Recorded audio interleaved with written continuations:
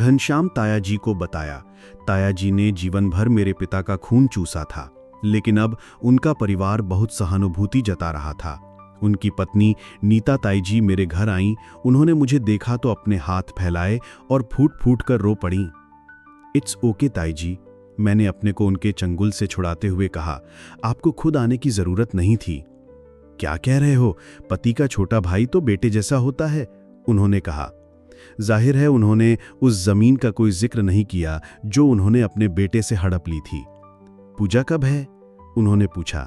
मुझे कुछ पता नहीं, मैंने कहा। पहले मुझे अंतिम संस्कार करवाना होगा। वो कौन करेगा? उन्होंने पूछा। मैंने कंधे उचका दिए। मणिकर्णिका पर दाह संस्कार के लिए पैसे हैं? उन्होंने पूछा। मैंने सिर हिला दिया। हरिश्चंद्र घाट पर इलेक्ट्रिक शवदाह गृह ज्यादा सस्ता है, मैंने कहा। इलेक्ट्रिक क्या, वो शवदाह गृह तो वैसे भी टूटा फूटा रहता है। हम ठीक तरह से अंतिम संस्कार करेंगे। आखिर हम यहाँ किस लिए हैं? जल्द ही घनश्याम ताया जी भी अपने सगे संबंधियों के साथ चले आए। उनके 2 बेटे और 2 बेटियां थीं। सभी ने महंगे कपड़े पहन रखे थे। मैं किसी तरह से उनका रिश्तेदार नहीं लगता था। ताया जी ने आते ही अंतिम संस्कार की पूरी जिम्मेदारी संभाल ली। उन्होंने और नाते रिश्तेदारों को बुलाया। उन्होंने एक पुरोहित को बुलाया जिसने अंतिम संस्कार करवाने के लिए 10,000 रुपयों के पैकेज की मांग की। ताया जी ने उससे मोल भाव किया और बात 7,000 में तय हुई। अंतिम संस्कार के लिए भी मोल भाव करना घिनौना लग रहा था, लेकिन ये करना जरूरी ही था। ताया जी ने पुरोहित को 500-500 के कड़क नोट थमा दिए। 24 घंटे बाद मैंने मणिकर्णिका घाट पर अपने पिता की चिता को अग्नि दी। हालांकि वे अब इस दुनिया में नहीं थे, फिर भी मुझे लग रहा था कि आग से उन्हें तकलीफ होगी। मुझे याद आया कि जब मैं बच्चा था तब वे मुझे कैसे स्कूल जाने के लिए तैयार करते थे और मेरे बालों में कंघी करते थे। चिता से धुआं उठने लगा और आखिरकार मेरी आंखें भर आईं। मैं सुबकने लगा। आरती और राघव भी अंतिम संस्कार में आए थे। वे मेरे पास चुपचाप खड़े थे। आधे घंटे बाद अधिकतर सगे संबंधी जा चुके थे। आग की लपटें धीरे धीरे लकड़ियों को निगल गईं। मैं उसे देखता रहा। मुझे लगा किसी ने मेरा कंधा थपथपाया है। मैंने पीछे मुड़कर देखा। पान के दाग लगे होंठ वाले 2 मुष्टंडे मेरे पीछे खड़े थे। उनमें से एक की घनी मूछें थीं और उसने उन्हें ऊपर की ओर ऐंठ रखा था। कहिए, मैंने कहा। मूछों वाले मुष्टंडे ने चिता की ओर इशारा करते हुए पूछा कि क्या तुम इनके बेटे हो? हाँ, इधर आओ। क्यों? मैंने कहा। इन्होंने मुझसे 2 लाख रुपए का कर्ज लिया था। घनश्याम ताया जी 3 लाख रुपए देना चाहते हैं, मैंने दुबे अंकल से कहा। मैं शॉक्ड था। उन्होंने उन दस्तावेजों के पन्ने पलटकर देखे जिन्हें उन्होंने मेरे लिए तैयार करवाया था। अगर तुम यहां दस्तखत कर दो तो तुम्हें 3 लाख रुपए मिल जाएंगे। कर्ज देने वाले तुम्हारे इर्द गिर्द मंडरा रहे हैं। वे खतरनाक लोग हैं। मैं तुम्हारी मदद करने की ही कोशिश कर रहा हूं। मैंने दस्तावेज को देखा, लेकिन मैं उसे समझ न पाया। 3 लाख तो बहुत कम है। उन्होंने एक अरसा पहले 10 लाख का ऑफर दिया था। मैंने कहा। हाँ सही है, ये एक अरसा पुरानी ही बात है, लेकिन तब तुम्हारे पिता ने वे पैसे लिए नहीं। अब वे जानते हैं कि तुम कुछ नहीं कर सकते और तुम्हें पैसों की सख्त जरूरत है। मैं चुप रहा। दुबे अंकल खड़े हो गए। मैं सोचने लगा कि हमारा वकील आखिर किसके पक्ष में है। मैं समझ सकता हूं ये तुम्हारे लिए कठिन समय है, इस बारे में सोचना, उन्होंने कहा। डॉक्टर संपूर्णानंद ओट स्टेडियम में एक बड़े से टेंट में करियर फेयर लगा था। मैं वहां गया। विनीत ने मुझे वहां जाने को मजबूर कर दिया था। वहां जाकर मेरे दोस्त सुनील से मिलना। वह इस आयोजन का इवेंट मैनेजर है और उसे सभी पार्टिसिपेंट्स के बारे में पता है। मैं मुख्य टेंट में घुसा। हजारों स्टॉल्स के कारण वह किसी ट्रेड एक्सपो जैसा लग रहा था। देश भर के प्राइवेट कॉलेज वाराणसी के स्टूडेंट्स को लुभाने की कोशिश कर रहे थे। कॉलेजों की प्रबंधन समिति के सदस्य चेहरों पर मुस्कुराहट लिए खड़े थे। स्टॉल्स के भीतर लगे बैनर्स में कैंपस की तस्वीरें इस तरह दिखाई गई थीं मानो वे रियल एस्टेट प्रोजेक्ट्स हों। जिन कॉलेजों की बिल्डिंग अभी बन ही रही थी, उन्होंने कलाकारों की कल्पनाशीलता का सहारा लिया था। बनकर पूरा हो जाने के बाद यह उत्तर प्रदेश का सबसे बेहतरीन कैंपस होगा, मैंने एक स्टॉल ओनर को कुछ उत्सुक पेरेंट्स से कहते हुए सुना। लेकिन उसने यह नहीं बताया कि निर्माण के दौरान स्टूडेंट्स को किस तरह कंक्रीट मिक्सचर से घिरी कामचलाऊ कक्षाओं में पढ़ाई करनी होगी। कुछ चलाऊ किस्म के पोस्टरों में कॉलेज के नाम के साथ ही उनका चिन्ह भी था। कॉलेजों के नाम तरह तरह के थे, लेकिन वे अमूमन देवी देवताओं या अमीर प्रमोटर्स के ग्रैंड पेरेंट्स के नाम पर आधारित थे। हर कॉलेज के चुनिंदा फैकल्टी और स्टूडेंट्स अपने अपने स्टॉल्स में अपनी संस्थाओं के चमकीले ब्रोशर्स लिए मिलते थे। सभी ने सूट पहन रखे थे और वे इस तरह खीसे निपोर रहे थे जैसे वे फ्लाइट क्रू के सुप्रशिक्षित सदस्य हों। मेरे जैसे सैकड़ों लूजर स्टूडेंट्स एक स्टॉल से दूसरे तक बेचैनी के साथ आ जा रहे थे। 70% स्टॉल्स इंजीनियरिंग कॉलेजेस के थे। बाकी के college medical, hotel management, aviation academies और बीबीए जैसे कुछ अन्य कोर्सेज के थे। मैं श्री गणेश विनायक कॉलेज या एसजीवीसी के स्टॉल पर दोपहर को पहुंचा। सुनील से मिलने के लिए यही जगह और यही वक्त तय हुआ था। मैंने एसजीवीसी का ब्रोशर उठाया। कवर पर उसके मुस्कुराते हुए स्टूडेंट्स की तस्वीर थी। कोटा के ब्रोशर्स में जेई टॉपर्स में दिखाए जाने वाले लड़कों से ज्यादा खुश ये लड़के और उनकी लड़कियों से ज्यादा खूबसूरत ये लड़कियां लग रही थीं। ब्रोशर्स के बैक कवर्स पर इंस्टीट्यूट की सुविधाएं और फैकल्टी का इतना बखान किया गया था कि कोई आईआईटी डायरेक्टर भी शर्मा जाए। बुकलेट में मुझे ऑफर किए गए प्रोग्राम्स की एक फहरिस्त दिखाई दी। एसजीवीसी कंप्यूटर साइंस से लेकर मेटलर्जी तक सभी इंजीनियरिंग कोर्सेज पढ़ाने का वादा कर रहा था। मैंने पूरा ब्रोशर पढ़ डाला। मैंने संस्थापकों का विजन और मिशन बताने वाले दावे पढ़े। मैंने शिक्षा पर कॉलेज का नजरिया भी पढ़ डाला और ये भी कि वे दूसरों से हटके कैसे थे। मेरे पास से होकर गुजरने वाले करियर फेयर के दूसरे अनुभवी सदस्य मुझे देखकर मुस्कुरा देते। शायद मैं इकलौता ऐसा व्यक्ति था जो वास्तव में इन दस्तावेजों को पढ़ रहा था। सुनील ने मुझे एसजीवीसी के स्टॉल पर इन दस्तावेजों की पढ़ाई में तल्लीन पाया। गोपाल, उसने अनुमान लगाते हुए कहा। हाँ, मैंने पीछे मुड़कर देखा। सुनील ने मजबूती से मुझसे हाथ मिलाया। चुपती दाढ़ी और धूप का चश्मा उसके चेहरे का एक बड़ा हिस्सा घेरे हुए था। उसने पर्पल शर्ट और टाइट ब्लैक जीन्स पहन रखी थी जिस पर एक बड़ा सा सिल्वर बकल था। What the hell are you doing? उसने छूटते ही पूछा। ब्रोशर पढ़ रहा हूं, मैंने कहा। Are you stupid? फीस और प्लेसमेंट पेज पर जाओ, एवरेज सैलरी देखो, फीस चेक करो। यदि 2 साल की इनकम में लागत निकल आती है तो उसे शॉर्टलिस्ट करो, वरना आगे बढ़ो। लेकिन टीचिंग मेथड्स के बारे में क्या? फक लर्निंग, सुनील ने कहा और मेरे हाथों से ब्रोशर छीन लिया। मुझे लगा कि उसके हाव भाव और बोलचाल टफ है। उसने स्टॉल पर बैठे एक स्टूडेंट से कैलकुलेटर लिया। देखो, ट्यूशन के 50,000, हॉस्टल के 30,000 और वे तुम्हें जो बेकार की चीजें खरीदने को कहेंगे उनके लिए मान लो 20,000, तो तुम्हें 4 साल तक हर साल 1 लाख रुपए चुकाने हैं। एवरेज प्लेसमेंट 1.5 लाख है। Fuck it, let's go. लेकिन मैं भी कैलकुलेशन ही कर रहा था। मूव ऑन, यहां सैकड़ों स्टॉल्स हैं। हम अगले स्टॉल पर गए। लाल सफेद बैनर पर लिखा था Shri Chhotumal group of institutes NH2 Allahabad. एक छोटे से नक्शे के जरिए कॉलेज की लोकेशन दिखाई गई थी। कॉलेज इलाहाबाद शहर से 30 किलोमीटर दूर था। मैं छोटूमल नाम वाले किसी कॉलेज में पढ़ने नहीं जा सकता, मैंने कहा। शट अप, तुम्हें अपने कॉलेज का नाम लेने की कोई जरूरत है भी नहीं। सुनील ने एक ब्रोशर उठाया। चंद सेकंड में ही उसने वह पेज खोज निकाला जो हमारे काम का था। ओके, यहां 1 साल में 70,000 का खर्च है। Final placement 1,40,000। देखो, ये हुई ना कुछ समझदारी वाली बात। कोई 41 साल का एक थुलथुला सा व्यक्ति हमारे पास आया। हमारा प्लेसमेंट इस साल और बेहतर होगा। मेरा नाम ज्योति वर्मा है और मैं स्टूडेंट्स का डीन हूं। मैंने कभी उम्मीद नहीं की थी कि कोई डीन अपने कॉलेज का विज्ञापन इस तरह करेगा। उसने अपना हाथ आगे बढ़ाया। सुनील ने तपाक से उससे हाथ मिलाया। हाँ, आपकी फीस भी उन लोगों से कम है, मैंने कहा और श्री गणेश स्टॉल की ओर इशारा किया। उनके प्लेसमेंट नंबर्स भी फर्जी हैं, हमारे असली हैं। हमारे किसी भी स्टूडेंट से पूछ लीजिए, ज्योति ने कहा। उसने अपने स्टूडेंट्स की ओर इशारा किया। 3 लड़के और 2 लड़कियां जिन्होंने अपने जीवन में पहली बार सूट पहने थे। वे सहमे सहमे से मुस्कुराते रहे।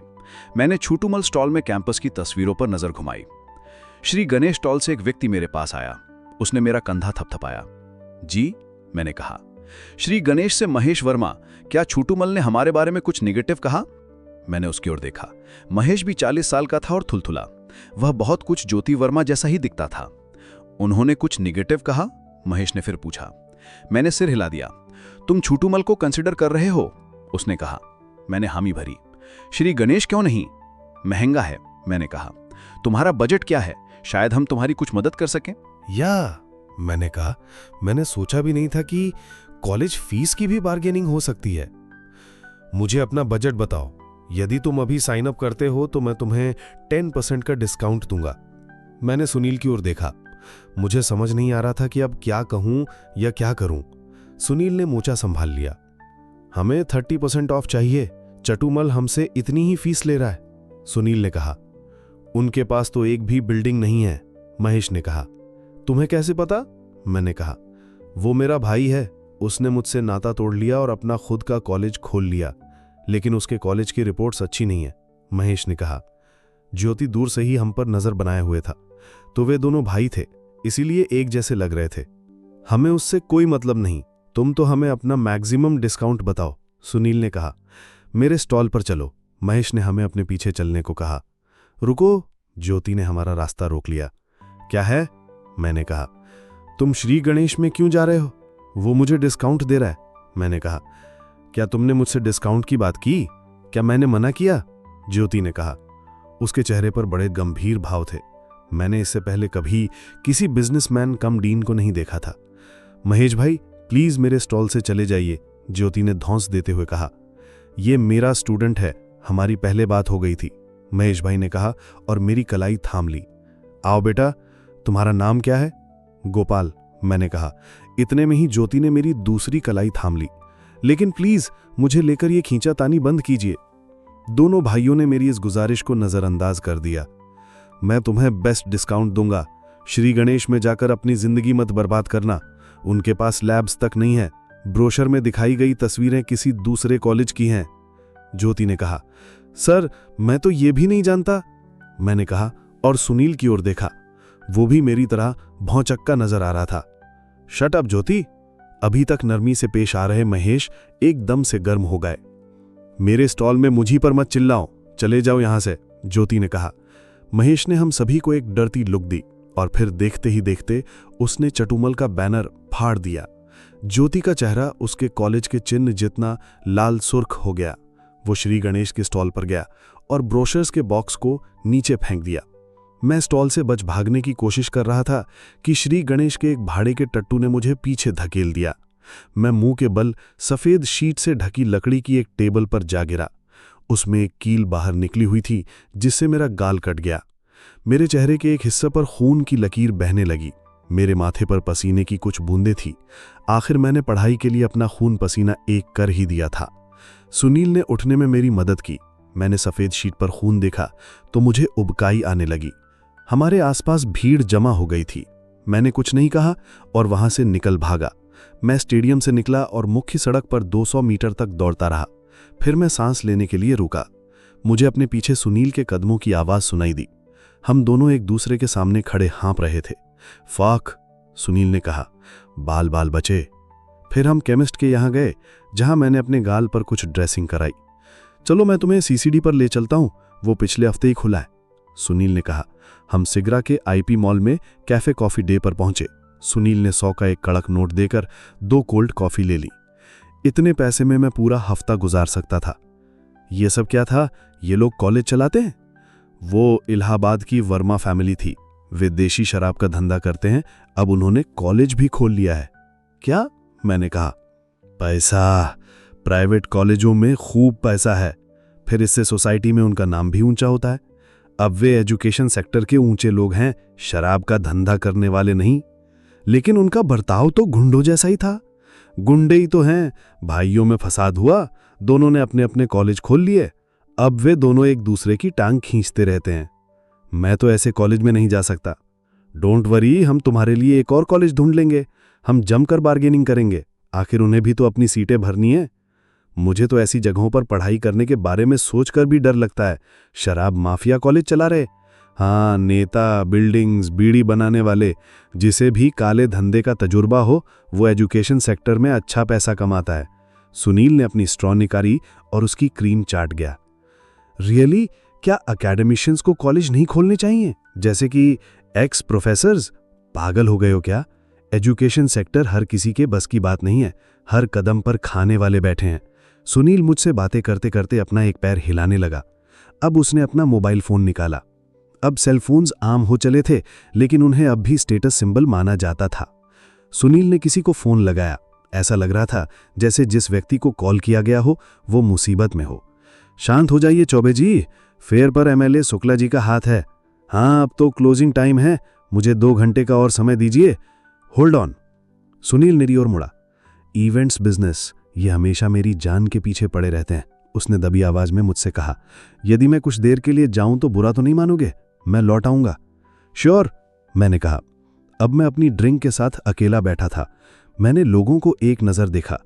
अमीरजादों ने ज़रूरत से ज़्यादा महंगे डोनट्स और कुकीज़ खरीदे थे, जिनका मज़ा वे अपनी व्हिप्ड क्रीम कॉफ़ी के साथ ले रहे थे। लेदर जैकेट पहने 2 व्यक्ति सीसीडी में आए। मैंने उन्हें पहचान लिया। वे मेरे पिता के अंतिम संस्कार में शरीक हुए थे और उन्होंने मुझसे कर्ज का पैसा मांगा था। उनसे बचने के लिए मैं अपनी सीट पर एक तरफ घूम गया, लेकिन वे मुझे तब तक देख चुके थे। वे मेरे पास चले आए। अपने बाप की मौत का जश्न मना रहे हो? एक ने कहा। उसने अपनी बलिष्ठ भुजा से टेबल पर चाय का एक कप रखा। अभी मेरे पास पैसा नहीं है, मैंने धीमी आवाज में कहा। नहीं होगा तो हम तुम्हारे हलक में हाथ डालकर निकाल लेंगे, मूंछों वाले व्यक्ति ने कहा। उसके दाएं हाथ में कोक की एक कैन थी। बशर्ते जो हम निकालें उसकी कीमत 2 लाख के बराबर हो, चाय वाले गुंडे ने कहा। वे हंस पड़े। सुनील अपनी बात पूरी करके भीतर आया। मेरे नए मेहमानों को देखकर वो चौंका। ये तुम्हारे दोस्त हैं? उसने पूछा। मैंने सिर हिला दिया। हम इसके बाप के दोस्त हैं, चाय वाले ने कहा। मैंने तुम्हें पहले कहीं देखा है, सुनील ने कहा। यह हमारा शहर है, हम यहां हर जगह हैं। तुम तो एमएलए शुक्ला जी के लिए काम करते हो ना? सुनील ने कहा। इससे तुम्हें क्या मतलब? चाय वाले ने कहा। अब उसकी आवाज जरा नर्वस थी। मैंने तुम्हें उनके घर पर देखा था। हाय, आई एम सुनील। मैं सनशाइन इवेंट्स का मैनेजर हूं। हम एमएलए शुक्ला जी के लिए बहुत काम करते हैं। सुनील ने अपना हाथ आगे बढ़ाया। कुछ पलों की झिझक के बाद उन्होंने सुनील से हाथ मिला लिया। तुम्हारा दोस्त हमारा कर्जदार है, उसके लिए यही बेहतर होगा कि वो जल्द से जल्द हमारा कर्ज चुका दे, वरना। चाय वाला बस वरना कहकर रुक गया, कुछ तो बात को असरदार बनाने के लिए, लेकिन अहम वजह यह थी कि उसे पता नहीं था कि इसके बाद क्या कहना चाहिए। सुनील और मैं चुप रहे। मूंछों वाले गुंडे ने अपनी बाइक की चाबी से 3 बार टेबल बजाई। फिर हमें एक आध बार घूर कर देखने के बाद वे चले गए। मैंने राहत की गहरी सांस ली। डर के कारण मेरा चेहरा लाल हो गया था। मुझे कॉलेज की कोई जरूरत नहीं, मैं वैसे भी जल्द ही इस दुनिया को अलविदा कहने वाला हूं, मैंने कहा। तुम ठीक तो हो? सुनील ने कहा। मैं कुछ और कॉफी मंगवाता हूं। मैं तो चाहता था कि वो और कॉफी के बजाय मुझे कुछ एक्स्ट्रा पैसा देता, लेकिन मैं चुप रहा। कॉफी का तीसरा कप पीते हुए मैंने सुनील को संक्षेप में अपनी कहानी सुनाई। मेरा बचपन, कोटा, मेरी नाकामी और बाबा की मौत।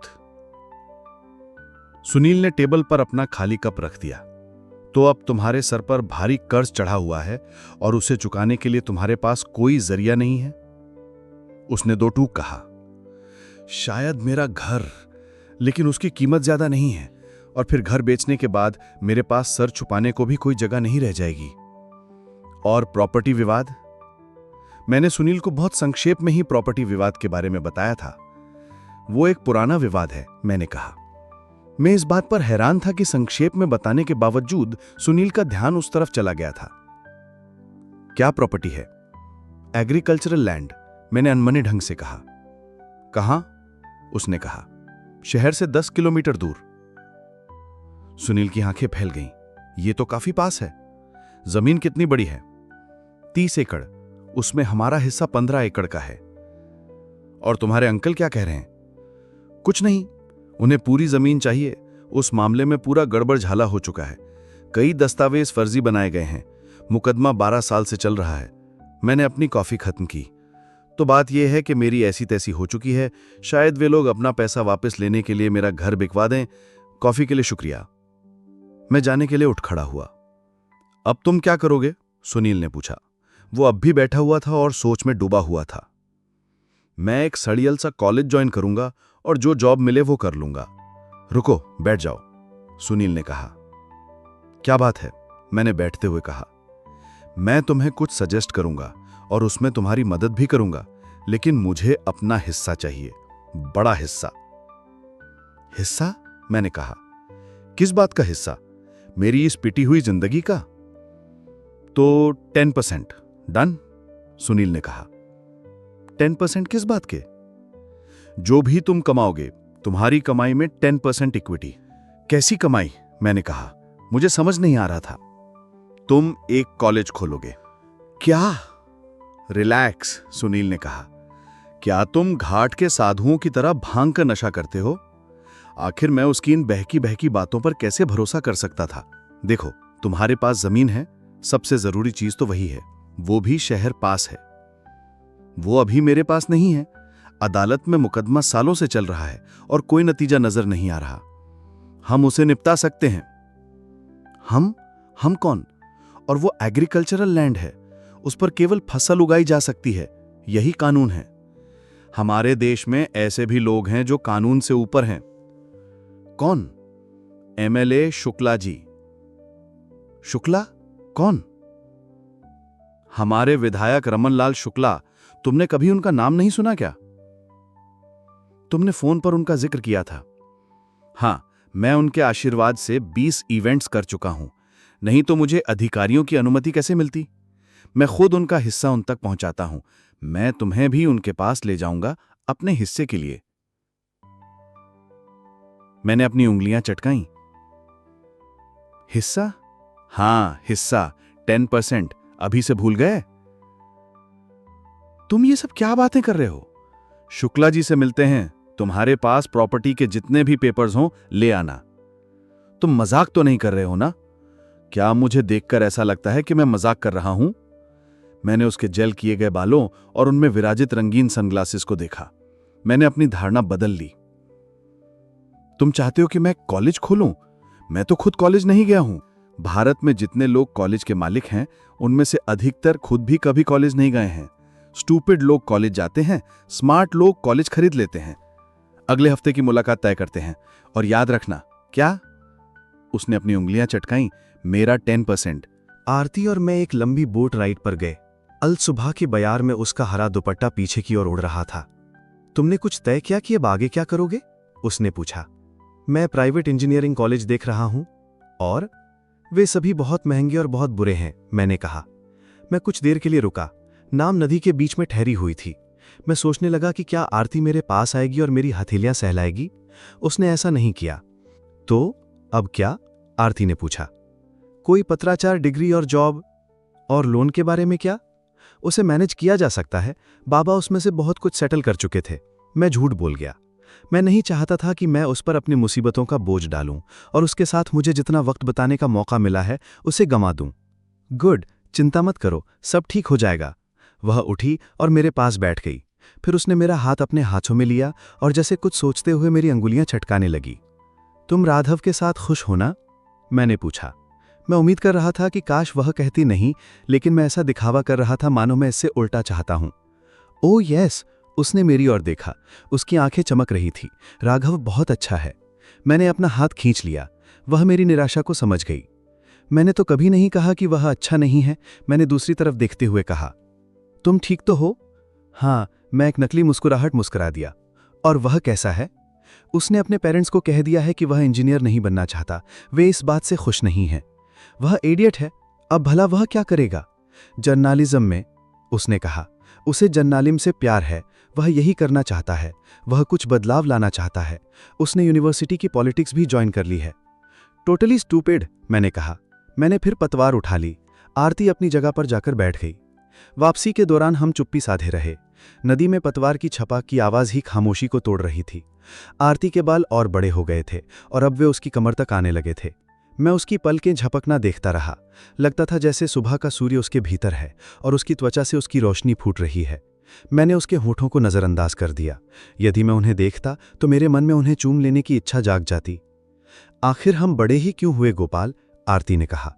पहले चीजें कितनी सीधी सरल हुआ करती थीं। मैं इससे पहले कभी विधायक के घर नहीं गया था।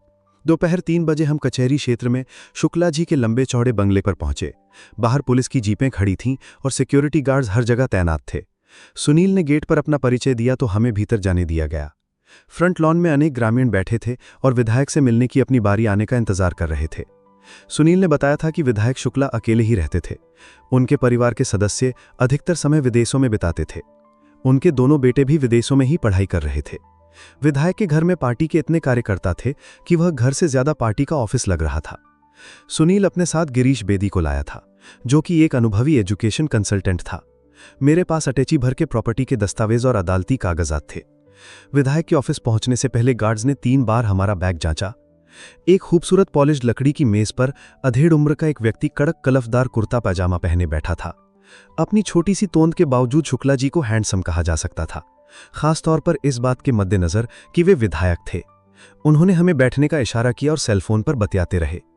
साइंटिस्ट से कहो शुक्ला पहले रिपोर्ट को देखना चाहता है। हाँ, मेरे लिए उसे देखना बहुत जरूरी है। गंगा मेरी भी है। यस, ओके, अभी मेरी एक मीटिंग है, बाय। विधायक ने हमसे बातचीत शुरू करने से पहले अपनी मेज पर रखी फाइलों का ढेर एक तरफ खिसकाया। सुनील सर, सनशाइन इवेंट्स, हम कैरियर फेयर करते हैं, सुनील ने कहा। वह हकला रहा था, जबकि वह आमतौर पर बहुत कॉन्फिडेंट रहता था। काम की बात बताओ, शुक्ला जी ने कहा। जमीन का मामला है सर, सुनील ने कहा। कहा है, कितनी है? शुक्ला जी ने कहा। उनकी आंखें फाइलों पर जमी रही, लेकिन उनके कान हमारी बातों पर लगे थे। राजनेता किसी भी अन्य व्यक्ति की तुलना में कहीं अच्छे से मल्टीटास्किंग कर सकते हैं। 30 एकड़, शहर से 10 किलोमीटर बाहर, लखनऊ हाईवे पर। विधायक लिखते लिखते रुक गए। उन्होंने नजरें उठाई। किसकी जमीन है? उन्होंने कहा। उन्होंने अपनी फाइल बंद कर दी थी ताकि हमारी बातों पर ध्यान केंद्रित कर सकें। मेरी है सर। मैंने विधायक को सर क्यों बोला? मेरा नाम गोपाल मिश्रा है। मैंने अटैची खोली और मेज पर प्रॉपर्टी के दस्तावेज रख दिए। और तुम? शुक्ला जी ने बेदे से पूछा। एजुकेशन कंसल्टेंट है, नई कॉलेजेस की डिजाइन बनाने और उन्हें तैयार करने में मदद करता है, अपना आदमी है, सुनील ने कहा। नया कॉलेज? शुक्ला जी ने कहा। वो एग्रीकल्चरल जमीन है सर, सुनील ने कहा। आप एग्रीकल्चरल जमीन को एजुकेशनल यूज के लिए परमिशन दिला सकते हैं? बेदम ने पहली बार अपना मुंह खोला। तुम कम उम्र के दिखते हो, शुक्ला जी ने मुझसे कहा। तुम्हारे पेरेंट्स कौन हैं? उनकी मौत हो चुकी है सर, मैंने कहा। तो प्रॉब्लम क्या है? शुक्ला जी ने कहा। उनकी उंगलियां जमीन की लोकेशन शहर के बीच में कहीं खोज रही थीं। मेरे अंकल, मैंने कहा, ये नए बन रहे एयरपोर्ट के बहुत करीब है। शुक्ला जी ने नक्शा समझते हुए कहा। जी हाँ, मैंने कहा। शुक्ला जी ने अपना इंटरकॉम उठाया। उन्होंने अपने स्टाफ को बोला कि मीटिंग पूरी होने तक उन्हें डिस्टर्ब ना किया जाए। गोपाल, इस जमीन विवाद के बारे में मुझे विस्तार से बताओ, शुक्ला जी ने कहा। अगले 1 घंटे तक मैं उन्हें पूरी कहानी सुनाता रहा। और हकीकत यह है कि मुझ पर आपके आदमियों का भी 2 लाख रुपए कर्ज है, मैंने अपनी बात खत्म करते हुए कहा। चाय पियोगे? Soft drink? शुक्ला जी ने कहा। मैंने सिर हिला दिया। मेरे आदमियों का तुम पर कर्ज है? शुक्ला जी ने पूछा। नहीं सर, वे आपके आदमी नहीं हैं, सुनील ने कहा और मेरे पैरों पर धीमे से एक ठोकर मारी। बेदम सर, इन्हें बताइए कि आप क्या सोचते हो। मुझे नहीं पता था कि कर्ज उगाने वाले विधायक के आशीर्वाद से ही काम करते थे, लेकिन वे किसी तरह के ताल्लुकात से इनकार करते थे। इंजीनियरिंग कॉलेज के लिए इससे बेहतर कोई जमीन नहीं हो सकती सर, बेदम ने कहा। इसका जो 15 एकड़ का हिस्सा है वो काफी है। 15 ही क्यों? जब पूरी 30 एकड़ जमीन हो तो हम केवल 15 क्यों लें? शुक्ला जी ने कहा। मैं बेहद भावुक हो गया। जीवन में पहली बार ऐसा हुआ था कि किसी पावरफुल आदमी ने मेरा सपोर्ट किया हो, लेकिन मैं ये भूल गया कि विधायक ने हम शब्द का इस्तेमाल किया था। सुनील मुझे देखकर शातिर ढंग से मुस्कुरा दिया। आखिर वो मुझे बिल्कुल ठीक जगह जुलाया था। 15 भी काफी हैं सर, मैंने कहा। मैं तो ये भी नहीं समझ पा रहा था कि इतनी जमीन भी कैसे हासिल की जाएगी। 30? बाकी के बारे में बाद में सोचेंगे। जमीन शहर के पास है। एक बार कॉलेज खुल जाए और एयरपोर्ट बनकर तैयार हो जाए तो हम वहां रेजिडेंशियल या कमर्शियल यूज भी कर सकते हैं, शुक्ला जी ने कहा। मैं समझ नहीं पा रहा था कि वे क्या कह रहे हैं, लेकिन इतना जरूर समझ गया था कि उन्हें मुझसे ज्यादा पता है। फिर वे आखिर मेरे फायदे की ही तो बात कर रहे थे। लेकिन हम उतनी जमीन भी कैसे पाएंगे, मैंने कहा। मेरे अंकल पिछले अनेक सालों से उस जमीन पर कुंडली मार के बैठे हैं। ये तुम हम पर छोड़ दो, शुक्ला जी ने कहा।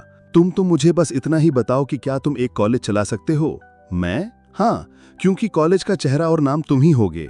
मैं तो पीछे से चुपचाप अपना काम करता रहूंगा, उन्होंने कहा। लेकिन कैसे? मैंने कहा। मेरे पास अनुभव नहीं है, पैसा नहीं है। अनुभव तुम्हें मिस्टर बेदम दे देंगे और पैसा मैं दे दूंगा। तुम मुझसे कंस्ट्रक्शन और बाकी के काम कर सकते हो। शायद मुझसे कोई गलती हो रही है। आखिर दुनिया अचानक मेरी मदद करने को आमादा क्यों हो गई है? माजला क्या है? सुनील मेरी दुविधा समझ गया। शुक्ला जी सर, यदि आप इसे अपनी टर्म्स बता देते तो अच्छा होता। और हाँ, आप मेरे लिए भी जो ठीक समझे, सुनील ने कहा और मेरी तरफ देखकर चापलूसों की तरह खीसे निपोरने लगा। मुझे कुछ नहीं चाहिए, बस कॉलेज खोलो, मेरे शहर का भला इसी में है, शुक्ला जी ने कहा। किसी ने भी उनकी बात पर भरोसा नहीं किया, फिर भी हमें उनका मन रखना ही था। सर प्लीज, ये तो वाजिब नहीं होगा। अपनी टर्म्स के बारे में मैं खुद सोच लूंगा, लेकिन तुम लोग तुम्हारे बारे में बताओ, तुम ये कर लोगे ना? शुक्ला जी ने मेरी ओर देखा। मुझे लगा कि उनके इस तरह देखने भर से ही मेरी उम्र 10 साल बढ़ गई हो। मैंने जितना संभव हो सकता था अपनी झिझक छुपाने की कोशिश की। कैसा हो अगर हम जमीन हासिल कर लें और बस उसे बेच दें, मैंने कहा। जिस जमीन पर इतने सारे केस चल रहे हैं उसे बेचना मुश्किल है, शुक्ला जी ने कहा। जमीन का कब्जा तुम्हें देना एक बात है और उसके लिए नया ग्राहक ढूंढना दूसरी बात। वही तो, हम उन सारे केसेस को कैसे निपटाएंगे? शुक्ला जी हंस पड़े। हम केस नहीं निपटाते, हम उन लोगों को निपटा देते हैं जो केस में शामिल होते हैं। विधायक भले ही हंस रहे हों, लेकिन उनकी आंखों से लग रहा था कि उन्होंने मन बना लिया है। उन्हें देखकर वाकई लगता था कि वे लोगों को निपटा सकते हैं। वैसे भी मैं जमीन हासिल करने से भी ज्यादा अपने रिश्तेदारों को सबक सिखाना चाहता था। यदि आप ऐसा कर पाएं तो आप जितना चाहे उतना शेयर ले सकते हैं, मैंने कहा। मैं 15 एकड़ लूंगा, शुक्ला जी ने कहा। मैं वो जमीन तब तक रखूंगा जब तक कि वो एरिया कमर्शियल या रेजिडेंशियल यूज के लिए रीजोन नहीं हो जाता। बाकी की 15 एकड़ जमीन में हम कॉलेज बनाएंगे। कॉलेज में आपको कितनी ऑनरशिप चाहिए? जितनी तुम देना चाहो। कॉलेज ट्रस्ट है, उसमें कोई प्रॉफिट नहीं है, शुक्ला जी ने कहा। उनके चेहरे पर कोई भाव नहीं थे। वाकई? मैंने हैरानी से कहा। हाँ सच है। बेदम ने लंबे समय बाद मुंह खोला। हर कॉलेज नॉन प्रॉफिट ट्रस्ट की तरह होता है। उसमें कोई शेयर होल्डिंग्स नहीं होती, केवल ट्रस्टी होते हैं। फिर कोई प्राइवेट प्लेयर एक नॉन प्रॉफिट कॉलेज क्यों खोलना चाहेगा? मैंने कहा। बेदम ने पहले तो गहरी सांस भरी और फिर मुझे समझाने लगा। प्रॉफिट होता है। ट्रस्टी ट्रस्ट से कैश निकाल सकते हैं और उसे खर्च बता सकते हैं, या वे कैश में कोई फीस ले सकते हैं और उसे खाते में दर्ज नहीं कर सकते, या वे किसी कॉन्ट्रैक्टर से कह सकते हैं कि यदि हम तुम्हें कॉन्ट्रैक्ट देंगे तो बदले में तुम हमें क्या दोगे। और भी कई तरीके हैं, बेदम बोलता रहा। मैंने उसे रोका। 1 मिनट, क्या ये सब गैर कानूनी तरीके नहीं हैं? सभी चुप हो गए। थोड़ी देर बाद शुक्ला जी बोले, मुझे नहीं लगता कि ये लड़का हमारे किसी काम का साबित हो सकता है। तुमने मेरा वक्त बर्बाद किया।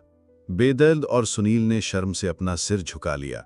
ईमानदारी के बारे में मेरी जिज्ञासा के कारण उन्हें शर्मिंदगी झेलनी पड़ी थी। आई एम सॉरी, मैं तो बस समझने की कोशिश कर रहा हूं, मैंने कहा। क्या? बेदर्द ने कहा। उसकी आवाज से झुल्लाहट झलक रही थी। क्या तुम मुझे ये बताना चाह रहे हो कि किसी कॉलेज से पैसा कमाने का एकमात्र तरीका यही है कि गैर कानूनी हथकंडों का इस्तेमाल किया जाए? सॉरी, मैं नैतिकता का उपदेश नहीं दे रहा, केवल एक सवाल पूछ रहा हूं। बेदर्द ने कहा, वास्तव में कॉलेज पैसा कमाने के लिए नहीं होते, तो फिर कोई कॉलेज खोलना ही क्यों चाहेगा? मैंने कहा। समाज के भले के लिए, जैसा कि हम राजनेता चाहते हैं, शुक्ला जी ने कहा। मेरे सिवा सभी हंस पड़े। शायद वे मेरी बेवकूफ़ी पर ही हंस रहे थे। सुनो गोपाल, सुनील ने कहा, नियम कायदे ऐसे ही स्टूपिड होते हैं। अब ये हम पर है कि या तो उनसे बचने का कोई रास्ता निकालें या बेवकूफ़ों की तरह चुपचाप खड़े रहें। कॉलेज है तो ट्रस्ट भी होगा। तुम और शुक्ला जी ट्रस्टी बन जाएंगे। बेदर्द तुम्हें सब समझा देगा। बेदर्द ने मेरी ओर देखकर इशारा किया कि चिंता मत करो, सब समझा दूंगा। हाँ, उस आदमी को सिस्टम के बारे में अच्छी तरह पता था और वो ये भी जानता था कि सिस्टम को कैसे झुकाया जाए। बेदर्द बाबू, इस लड़के को ये भी सिखा दो कि ज्यादा कानून कायदे की बात ना करे, नहीं तो वो एजुकेशन का बिजनेस नहीं कर पाएगा, शुक्ला जी ने कहा। ऑफ कोर्स, बेदर्द मुस्कुरा दिया। शुक्ला सर, ट्रस्ट से पैसा निकालना बाएं हाथ का खेल है। आप तो ये बताइए कि तमाम परमिशन और अप्रूवल कैसे मिलेंगे? हर कदम पर स्पेशल मैनेजमेंट की जरूरत है। यही तो इस लड़के को करना है। मैं तो किसी पिक्चर में नहीं हूं, मैं केवल ट्रस्टी हूं, समाज के भले के लिए, शुक्ला जी ने कहा। मुझे क्या करना होगा? मैंने कहा। डोंट वरी, मैं समझा दूंगा, बेदर्द ने कहा। तुम्हें बिल्डिंग क्लास के लिए वाराणसी नगर निगम का अप्रूवल लेना होगा, कॉलेज के लिए AICTE का अप्रूवल लेना होगा, इंस्पेक्शन होगा, हर चीज का ध्यान रखना होगा, स्टैंडर्ड है, रिश्ता देनी होगी। हुश, शुक्ला जी ने घुड़की देते हुए कहा। यह बातें यहां मत करो, जो भी बात करनी हो बाहर जाकर करो, जाओ। हम जाने के लिए उठ खड़े हुए। 1 मिनट रुको गोपाल, विधायक ने कहा। जी, मैंने सुनील और बेदर्द के बाहर चले जाने के बाद कहा। क्या तुम ये सब कर पाओगे? शुक्ला जी ने कहा। मैं अपना वक्त बर्बाद नहीं करना चाहता। यदि तुम ये सब नहीं कर सकते तो अभी बता दो। मैं कुछ देर सोचता रहा। ये आसान तो नहीं है, मैंने स्वीकारा। जिंदगी में बड़ा आदमी बनना कभी आसान नहीं होता, शुक्ला जी ने कहा। मैं चुप रहा। तुम बड़ा आदमी बनना चाहते हो या नहीं गोपाल? मैं नीचे देखता रहा। मैंने गौर किया कि विधायक के घर का फर्श इटालियन मार्बल से बना था। या तुम केवल एक मामूली आदमी बने रहना चाहते हो जिसके दोस्त उससे बहुत आगे निकल गए हों? मेरा गला रुंध गया, लेकिन मैंने उसे जाहिर नहीं होने दिया। मैंने नजरें उठाईं। तुम्हारी कोई गर्लफ्रेंड है? मैंने सिर हिलाकर मना कर दिया। पता है क्यों? क्योंकि तुम्हारी कोई औकात नहीं है। मैंने हामी भर दी। मुझे याद आया कि BHU कार पार्किंग में आरती और राघव ने किस तरह एक दूसरे को शिद्दत से चूमा था। यदि मैं BHU गया होता और राघव कोटा गया होता, तब भी क्या आरती राघव को ही चुनती? मैंने शुक्ला जी को देखा। ये आदमी सिर से पैर तक गलत था, लेकिन इसने मुझे एक मौका दिया था। आखिर जिंदगी में हमें इसी बात की तो जरूरत होती है, एक जॉब, एक एडमिशन, एक मौका। मैं करूंगा। ऐसा तो है नहीं कि पूरे देश में केवल मैं ही इकलौता ऐसा इंसान हूं जो रिश्ता देगा, लेकिन मैं बहुत बड़ा आदमी बनना चाहता हूं। शुक्ला जी खड़े हुए, वे अपनी मेज के करीब से बाहर निकले और मेरी पीठ थपथपाई। तुम तो पहले ही बड़े आदमी बन चुके हो, क्योंकि तुम्हारे सिर पर अब मेरा हाथ है। अब जाओ और अपने हरामी अंकल की डिटेल्स बाहर मेरे सेक्रेटरी के पास छोड़ जाओ। और मुझ पर जो आपके लोगों का कर्जा है उस बारे में क्या? 2 लाख रुपए, इतने पैसे मेरे लिए कोई मायने नहीं रखते, उसे भूल जाओ, शुक्ला जी ने कहा। वे अपनी मेज पर गए और दराज खोली, उसमें से 10,000 रुपए के 2 बंडल निकालकर मेरी ओर उछाल दिए। एक सुनील के लिए और एक तुम्हारे लिए, उन्होंने कहा। मेरे लिए क्यों? मैंने पूछा। मेरा कॉलेज चलाने के लिए, डायरेक्टर सर, उन्होंने खीसी निपोरते हुए कहा। मैंने शुक्ला जी के 10,000 रुपए रख लिए। कम से कम उससे मैं अपने जरूरी खर्चे तो चला ही सकता था। बस मैंने उससे एक बड़ा खर्चा किया। मैं ताज गंगा में आरती को डिनर कराने ले गया। ये वाराणसी का सबसे महंगा रेस्टोरेंट था। Are you sure? जैसे ही हम ताज की कॉफी शॉप में घुसे, आरती ने एक बार फिर पूछा, हम घाट पर चाट भी खा सकते हैं? उसने एक नई नवेली गहरे नीले रंग की फुल लेंथ ड्रेस पहनी थी, जो उसके सगे संबंधियों ने अमेरिका से भेजी थी। उसने उस पर मैच के लिए सोने की नकली ज्वेलरी पहन रखी थी, जिसे उसने विश्वनाथ घाट से खरीदा था। माई ट्रीट, मैंने कहा। वेटर ने आरती के लिए कुर्सी बाहर खींची। उसने उसे थैंक्स कहा। हम बैठ गए। आरती चॉकलेट केक खाना चाहती थी, लेकिन वो अपने वेट को लेकर भी चौकस थी।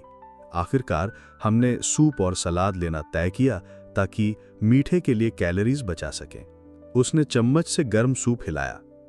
सॉरी, लेकिन तुम्हारे पास इसके लिए पैसा कहां से आया? बाबा तुम्हारे नाम अच्छी खासी वसीयत लिख गए हैं क्या? मैं हंस पड़ा। नहीं, वे मेरे लिए वसीयत में केवल कर्ज लिख गए हैं। फिर? मैं नया बिजनेस शुरू कर रहा हूं। स्मगलिंग? आरती ने अपना सिर एक तरफ झुकाते हुए पूछा।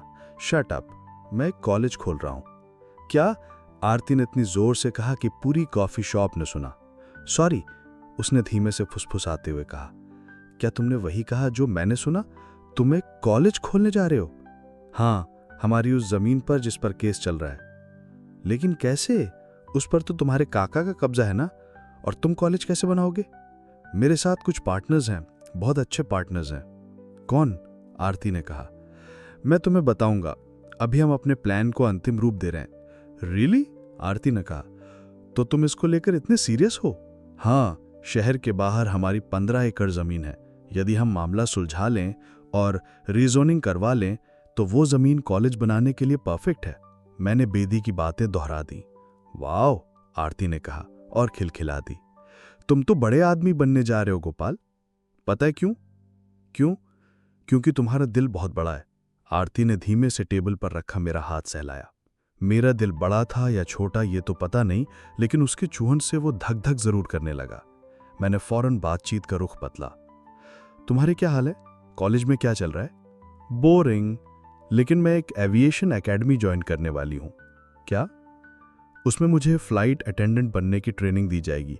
क्लासरूम में किसी हवाई जहाज के इंटीरियर जैसा होगा। रियली? मैंने दिलचस्पी लेते हुए कहा। आजकल एजुकेशन में कितना कुछ हो रहा है। हाँ, लेकिन हम में से कई तो बस स्टूडेंट्स बनकर ही रह जाते हैं। हर कोई कॉलेज नहीं खोल सकता, उसने मुझे छेड़ते हुए कहा। मैं मुस्कुरा दिया। अभी मुझे बहुत लंबा सफर तय करना है, मुश्किल रहा है, मैंने कहा। तुम तो जिंदगी में इससे भी मुश्किल चुनौतियों का सामना कर चुके हो, तुम जरूर कामयाब होगे, आरती ने भरोसे के साथ कहा। तुम्हें ऐसा लगता है? मैंने कहा। उसने सिर हिलाकर हामी भरी। ये मेरे लिए दुनिया की सबसे बड़ी चीज थी। मैं उसे कहना चाहता था कि क्या वो फिर मेरे साथ डेट करेगी। मुझे ऐसा लग रहा था कि शायद अब वो हाँ कह सकती है, लेकिन जाहिर है ये फिल्मी थ्योरियां केवल मेरे दिमाग में ही पक रही थीं। राघव कैसा है? मैंने अपने आप को वास्तविकता के धरातल पर लाते हुए कहा। उसके हाल अभी कुछ ठीक नहीं है। रियली? क्यों? मैंने झूठ मूठ की चिंता जताते हुए कहा। उसने यूनिवर्सिटी का जनरल सेक्रेटरी बनने के लिए चुनाव लड़ा था, लेकिन वो चुनाव हार गया। ओह, मैंने कहा, क्या इससे कोई फर्क पड़ता है? उसे बड़ा बुरा लगा। वो इसलिए हार गया क्योंकि उसने सारे हॉस्टलों के साथ हॉस्टल ट्रेडिंग नहीं की। वो ईमानदारी से जीतना चाहता था। लेकिन मुझे तो उसकी हार पर कोई हैरानी नहीं हुई। मैंने एक गाजर को भाले की तरह उठाते हुए कहा, उसका मानना है कि हमें हर जीत ईमानदारी से हासिल करनी चाहिए, नहीं तो जीतने का फायदा ही क्या, आरती ने कहा। लेकिन जिंदगी के नियम तो कुछ और ही हैं, मैंने धीमे धीमे खाते हुए कहा। पता नहीं, लेकिन ऐसा होना तो नहीं चाहिए, आरती ने कहा। वो अगले साल फिर कोशिश करेगी। वो कुछ ज्यादा ही काम नहीं कर रहा है, मैंने कहा। अरे हाँ, बीटेक कोर्स, मैगजीन और इलेक्शन के दरमियान वो मेरे लिए मुश्किल से ही वक्त निकाल पाता है। और तुम्हें ये अच्छा लगता है? लगता तो नहीं, लेकिन कोई और चॉइस नहीं है। यदि इससे उसे खुशी मिलती है तो यही सही। हमने अपना डिनर पूरा किया। चॉकलेट केक आया, उसकी आंखें चमक उठीं। उसने प्लेट अपनी ओर सरकाई। मेरा केक फिर मत चुरा लेना, उसने कहा और मुस्कुरा दी। राघव कितना लकी है कि तुम उसके साथ हो आरती, मैंने कहा। थैंक्स, उसने कहा और जरा सा शर्मा कर मुस्कुरा दी। आरती, क्या मैं तुमसे कुछ पूछ सकता हूं? हाँ, उसने मेरी ओर देखा। उसकी चम्मच केक के ऊपर उठी हुई थी। कुछ नहीं, बस मेरे लिए थोड़ा सा केक छोड़ देना, मैंने कहा और बिल के लिए इशारा किया। आधी रात को मैं दरवाजे की घंटी सुनकर जागा। मैंने अपनी आंखें मसली और दरवाजे तक पहुंचा। मैं अब भी आधी नींद में था। बाहर मेरे अंकल, आंटी और उनका बेटा, 30 साल का मेरा कजिन अजय खड़े थे। घनश्याम ताया जी, मैंने कहा, क्या हुआ, प्लीज अंदर आइए। वे बैठक खाने में एक टूटे फूटे सोफे पर बैठ गए। 5 मिनट तक उनके मुंह से एक भी शब्द नहीं निकला। आप लोग इतनी रात गए मुझसे मिलने, इसलिए तो यकीनन नहीं आए हैं कि आप मुझे मिस कर रहे थे, है ना? तुम हमारे साथ ऐसा क्यों कर रहे हो? अजय फूट पड़ा। मैं क्या कर रहा हूं? मैंने कहा। आपको पानी चाहिए या चाय? नहीं, मेरे अंकल ने कहा। गोपाल, अपने कर्मों पर ध्यान दो। भगवान तुम्हें देख रहे हैं। तुम्हें एक ना एक दिन इसकी कीमत चुकानी पड़ेगी। हमारे साथ ऐसा मत करो। लेकिन मैं कर क्या रहा हूं? मैंने कहा। आखिर वे इतनी रात गए मेरे घर क्यों आए थे? बिट्टू अभी तक नर्सरी स्कूल से घर नहीं लौटा है, आंटी ने कहा और फूट फूट कर रोने लगी। अब ये लोग पूरी तरह वास्तविक लग रहे थे। बाबा के अंतिम संस्कार में तो वे मगरमच्छ की तरह लग रहे थे। वे बिट्टू की वजह से मेरे घर आए थे। बिट्टू अजय का 4 साल का बेटा था, जिसे मैंने केवल एक बार देखा था, बाबा के अंतिम संस्कार के दौरान उसकी मां की गोद में, और अब वो लापता था। अरे, ये तो वाकई बड़ा बुरा हुआ। और इसका क्या मेरे कर्म से कोई संबंध है? ये उन लोगों की हरकत है जो जमीन खरीदना चाहते हैं, मेरे अंकल ने कहा। हम जानते हैं वे तुम्हारे साथ हैं। आप लोग क्या बातें कर रहे हैं? मैंने कहा। अंकल ने दोनों हाथ जोड़ लिए। हमारे साथ ऐसा मत करो, उन्होंने कहा। मैं कुछ नहीं कर रहा हूं। कुछ लोग मेरे पास भी वो जमीन खरीदने के लिए आए थे, लेकिन मैंने उन्हें कह दिया कि मैं उसे नहीं बेच सकता। वाकई, अजय ने कहा। आखिर मैं वो जमीन कैसे बेच सकता हूं? वो तो विवादित जमीन है ना, मैंने कहा। लेकिन जो लोग हमारे पास आए थे वो जमीन खरीदना नहीं चाहते। वे चाहते हैं कि हम बैंक के केस सेटल कर दें, विवाद खत्म कर दें और वो पूरी जमीन तुम्हें दे दें। That's strange. तो सवाल यह है कि आपके लिए जमीन ज्यादा कीमती है या Bittu, correct? Shut up, Ajay ने कहा। हमें पता है कि वो जमीन तुम खरीदना चाहते हो।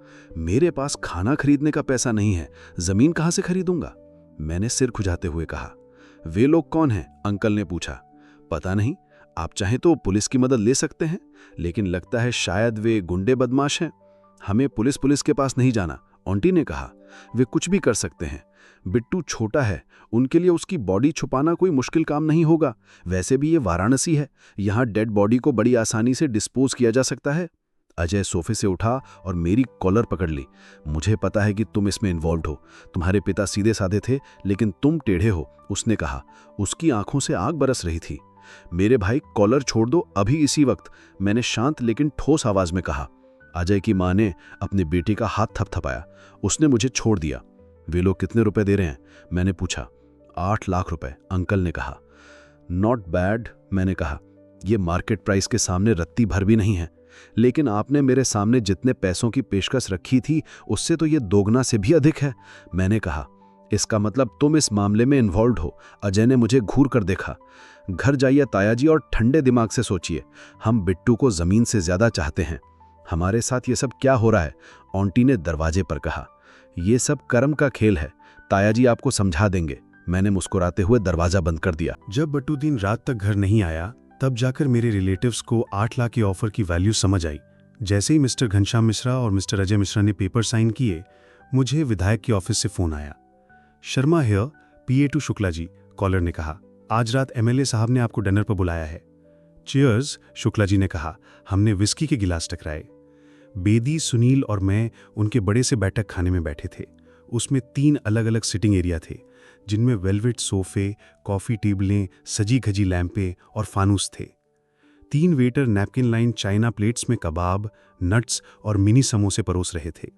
मैंने देखा कि बैठक खाने की दीवार पर शुक्ला जी के परिवार के चित्र टंगे हैं। ये मेरे बेटे हैं, निखिल और अखिल, शुक्ला जी ने कहा। दोनों अमेरिका में पढ़ रहे हैं। मैं उन्हें यहाँ से अभी कुछ समय दूर रखूंगा। कुछ लोगों का कहना था कि शुक्ला जी तलाकशुदा थे।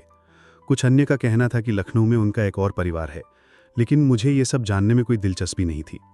जमीन हासिल करना एक बड़ी कामयाबी है, बेदी ने कठोरता से कहा, लेकिन हमें अभी भी एक लंबा सफर तय करना है।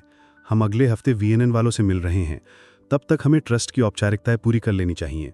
बेदी ने समझाया कि किस तरह वीएनएन यानी वाराणसी नगर निगम हमें हमारे लिए बेहद ज़रूरी एग्रीकल्चरल टू एजुकेशन लैंड रीजोनिंग पर परमिट देगी, ताकि हम निर्माण शुरू कर सकें। रीजोनिंग जल्दी से जल्दी करा लो। मैंने 8 लाख रुपए इस बात के लिए नहीं दिए कि उस जमीन पर धान की खेती हो, शुक्ला जी ने कहा। हम जल्द से जल्द करवा लेंगे, बेदी ने कहा। उन्हें पता है कि इसके पीछे कौन है। आप कोई छोटी मोटी शख्सियत तो है नहीं सर जी। हाँ, ये तो है, शुक्ला जी ने इस तरह कहा जैसे बेदी कोई बहुत ही जानी मानी बात दोहरा रहा हो। लेकिन हमें वीएनएन का ख्याल रखना होगा, है ना? जी हाँ, यकीनन। ये रीजोनिंग है, इसके बाद ज़मीन की कीमत 5 गुना बढ़ जाती है। ये कोई सस्ता सौदा नहीं है। कितने लगेंगे? शुक्ला जी ने पूछा। ऑफ कोर्स, आपके लिए रेट अलग हैं। मेरे ख्याल से 10 लाख लगेंगे। क्या? शुक्ला जी ने हैरत से कहा। बेदी ने जल्दी से एक घूंट में अपनी ड्रिंक खत्म की। सर, वो 30 एकड़ ज़मीन है। एक नॉर्मल आदमी को उसके लिए 40 देने पड़ेंगे। देखो, इसीलिए मेरे जैसे लोगों के लिए एजुकेशन सेक्टर में आना ज़रूरी है। आखिर इस देश का क्या होगा? शुक्ला जी ने कहा। डीएम को भी इसके लिए अनुमति देनी होगी, लेकिन प्रधान ईमानदार है। वैसे भी यदि ज़मीन पर कॉलेज बनाया जा रहा है और वीएनएन की रिकमेंडेशन हो तो वो भी इसे अप्रूव कर देगा। ईमानदार कितना है? शुक्ला जी ने कहा। इतना ईमानदार तो है ही कि खुद पैसा ना ले, लेकिन इतना भी नहीं है कि दूसरों को लेने से रोके। तब ठीक है, यदि तुम ईमानदार हो तो अपनी ईमानदारी अपने पास रखो, सुनील ने कहा। मैं उस शाम पहली बार कुछ बोला था। सुनील, शुक्ला जी ने कहा। क्या सर? तुम जाओ, मैं तुम्हारे लिए कुछ भिजवाऊंगा, लेकिन आज से हमें इस प्रोजेक्ट पर ध्यान देना होगा, शुक्ला जी ने कहा। सर, लेकिन तुम्हारा काम पूरा हो गया, शुक्ला जी ने कहा और उसे जॉनी वॉकर ब्लैक लेबल की एक बोतल थमा दी। सुनील समझ गया। उसने बोतल के लिए शुक्रिया अदा किया और इतना झुका जितनी कि किसी मनुष्य की रीढ़ इजाजत दे सकती है, और वहां से चला गया। मैं डीएम प्रधान को जानता हूं, उनकी बेटी मेरी दोस्त है, मैंने शुक्ला जी से कहा। उस मामले में ज्यादा दिक्कत नहीं है, फिर भी डीएम का आशीर्वाद मिल जाए तो बुरा क्या है? श्योर शुक्ला जी, मैंने कहा। शुक्ला जी अपने बेडरूम में गए और एक भारी प्लास्टिक बैग लेकर लौटे। उन्होंने वह मुझे दे दिया। ये क्या है? मैंने कहा। 10 लाख रुपए, उन्होंने कहा, वीएनएन के लिए। 10 लाख, मैंने कहा। उस भारी बैग को थामते समय मेरे हाथ कांप रहे थे। मैंने इससे पहले कभी इतना पैसा देखा या उठाया नहीं था। 10 लाख केवल एक आंकड़ा है, विधायक ने कहा। बेदी जी, इस लड़के की मदद करो और अपनी भी मदद करो। मुझे खाली गिलास पसंद नहीं है। श्योर शुक्ला जी, बेदी ने कहा और वेटर को पुकारा। एजुकेशन वाले लोग बस पैसे से ही खुश रहते हैं, उन्हें दूसरी चीजें भी चाहिए, शुक्ला जी ने बेदी से पूछा। जैसे कि? लड़कियां, मौज मस्ती के लिए। मेरा एक आदमी है विनोद, वो उसका भी बंदोबस्त करवा सकता है। अच्छा, जरूरत हुई तो बता देंगे। वैसे पैसा आने से उसका बंदोबस्त अपने आप हो जाता है। गुड। उन्होंने ट्रैक बदला। क्या गोपाल कुछ समय के लिए तुम्हारे ऑफिस से काम कर सकता है, जब तक कि उसका अपना ऑफिस न बन जाए? Of course Shukla ji. Waiter हमारे गिलास फिर से भरने के लिए दौड़े। ट्रस्ट के कागजात तैयार हैं, हम उन्हें इस हफ्ते साइन कर सकते हैं। लेकिन एक सवाल गोपाल। क्या? कॉलेज का नाम क्या होगा? बेदी ने कहा। मैंने इस बारे में तो सोचा ही नहीं था। पता नहीं, शायद कोई ऐसा नाम जिसमें तकनीक पर जोर दिया गया हो, और हमारे शहर पर भी, ताकि मैं वक्त आने पर लोगों से कह सकूं कि मैंने ये उनके लिए किया है। गंगा टेक? शुक्ला जी ने मेरी पीठ थपथपाई। वेल डन, तुम मुझे पसंद हो गोपाल, तुम बहुत आगे जाओगे। शुक्ला जी ने खुद मेरा विस्की का ग्लास पूरा भर दिया।